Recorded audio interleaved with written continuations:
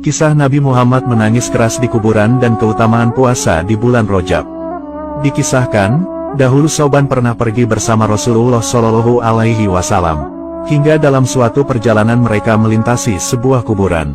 Di pemakaman itu, tiba-tiba Rasulullah berhenti lalu menangis keras. Mendapati Rasulullah menangis, Sauban lantas bertanya kepada Rasulullah mengenai apa sebab beliau menangis pilu di kuburan. Sauban lantas berkata, "Ya Rasulullah, kenapa engkau menangis?" Rasulullah lantas menjelaskan alasan kenapa beliau menangis. Beliau bersabda, "Wahai Sauban, mereka itu diazab di dalam kubur mereka. Kemudian aku doakan mereka, maka Allah pun meringankan azab mereka." Rasulullah lantas melanjutkan penjelasannya, "Wahai Sauban, sekiranya mereka itu berpuasa 1 hari saja pada bulan Rajab, dan tidak tidur 1 malam di bulan itu, niscaya mereka tidak akan diazab dalam kubur mereka."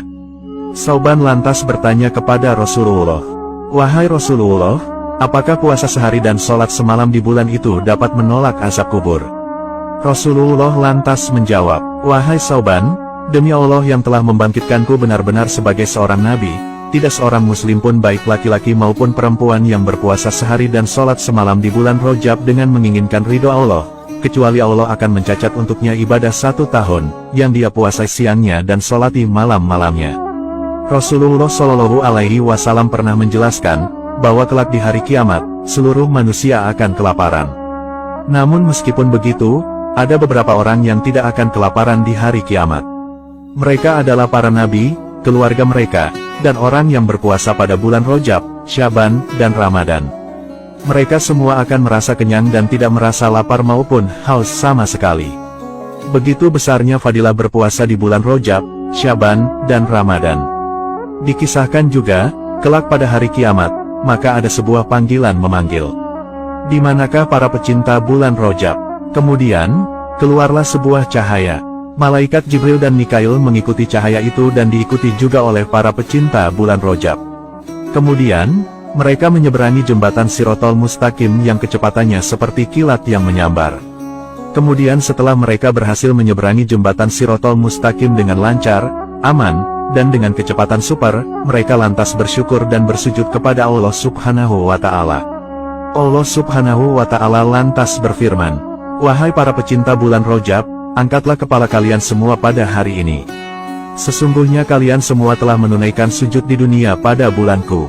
Pergilah kalian semua ke tempatmu masing-masing." Mereka lantas menuju pintu-pintu surga. Seperti yang kita tahu, Shiratal Mustaqim adalah sebuah jembatan yang membentang di atas neraka jahanam. Jembatan ini juga terhubung sampai pintu surga. Kondisi jembatan ini sangat tipis sekali, bahkan tipisnya melebihi rambut dan lebih tajam daripada pedang. Tidak hanya itu, di atasnya juga terdapat besi-besi dan duri-duri tajam yang sangat membahayakan. Siapapun yang tidak bisa melewati jembatan ini tentu akan tergelincir dan masuk ke dalam neraka. Merekalah golongan orang-orang yang kafir dan para pendosa. Namun bagi orang yang beriman dan ahli ibadah, tentu akan sangat mudah melewatinya.